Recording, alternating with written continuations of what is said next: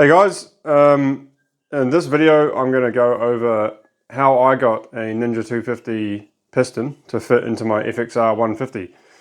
I know there's been a lot of talk about, they're the same bore diameter and pin diameter, but it was all a bit of an unknown for me whether it would fit and what would actually be required to make it fit, because it is out of a different engine.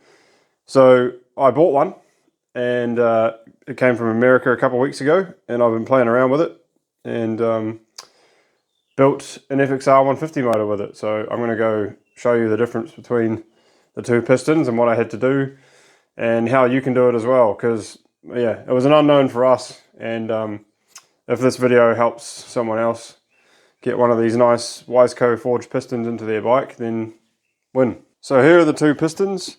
This one is the FXR piston, just a cast sort of high dome piston out of Malaysia, I believe. That was in my bike.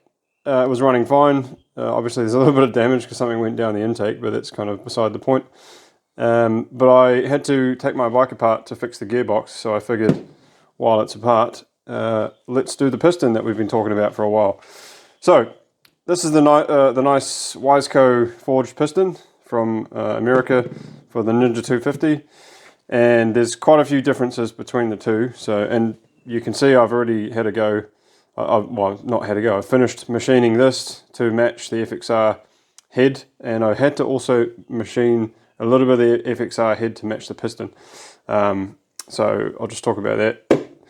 The main thing though is, yes, these are both the same diameter. So the Ninja 250 cylinders are 62 millimeters, and so is the FXR 150. We can go to 64 millimeters, and the Ninja 250 also, you can get 64 millimeter overbore pistons, which this is, to fit as well. So, alright, so the main difference is, yes, the pin's the same, diameter's the same, but if you have a look here, see if you can see this on the camera. I know this is a crude way of showing it, but you can probably see there that there we go. The compression height on the Ninja 250 piston is about 1 millimeter lower than the compression height on the FXR 150 piston. So what that meant for me, because I'm trying to make a really high compression motor, what it meant for me was I had to take the base gasket out, which is about 0.6 millimeters, this here, and I also had a 3-layer steel head gasket, which is FXR stock, and I took 2 of those layers out. So these are 0.2 millimeters each, and so that adds up. That's 0.4 mil there, that's 0.6 mil there. I've made up my 1 millimeter of clearance, and that brings my squish band up to about 0.9 millimeters, which is where you want it for a race motor. But you don't need to do that. You could just bolt it in and run it, because if you look at it this way again, you can see the dome on the Ninja piston is a lot more proud, and it doesn't have a cutout in the middle. So you actually close up a lot more of your combustion chamber with that dome than you do with the normal cast FXR piston that you can buy, and even more so than the stock FXR flat piston. But I mean, you don't have to buy this high comp thing.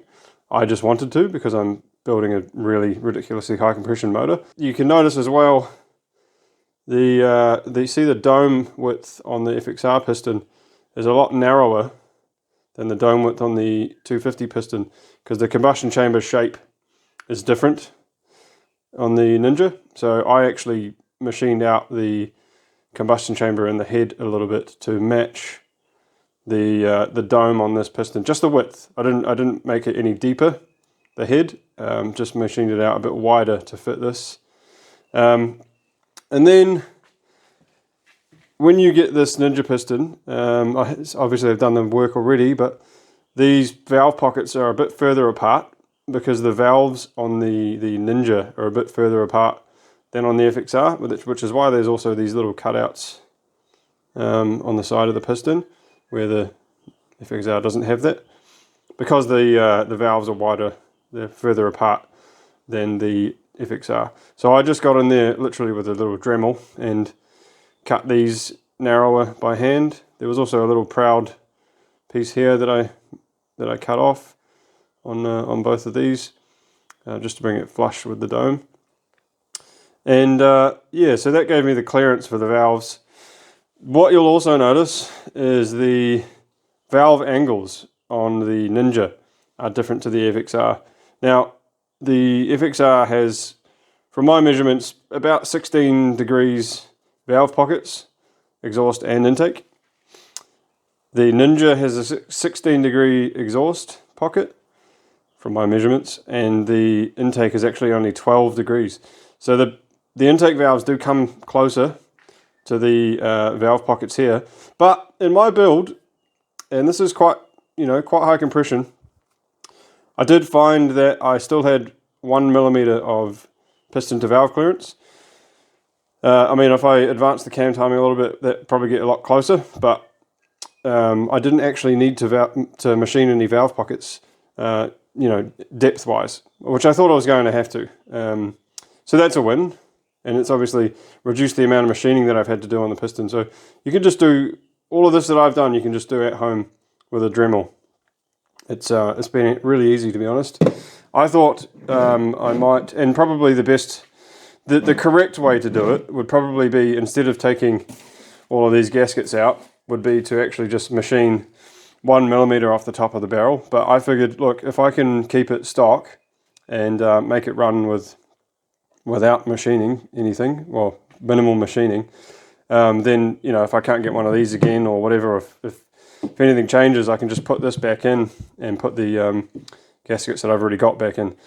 I think that just about covers it. I mean, if you have really aggressive cams, or you have some really aggressive cam timing, then you will probably need to machine these pockets deeper to get some piston to valve clearance. There you go. Hope that's been helpful. I'm about to go and assemble this again and take it to the dyno, and hopefully it makes lots of horsepower. So cheers.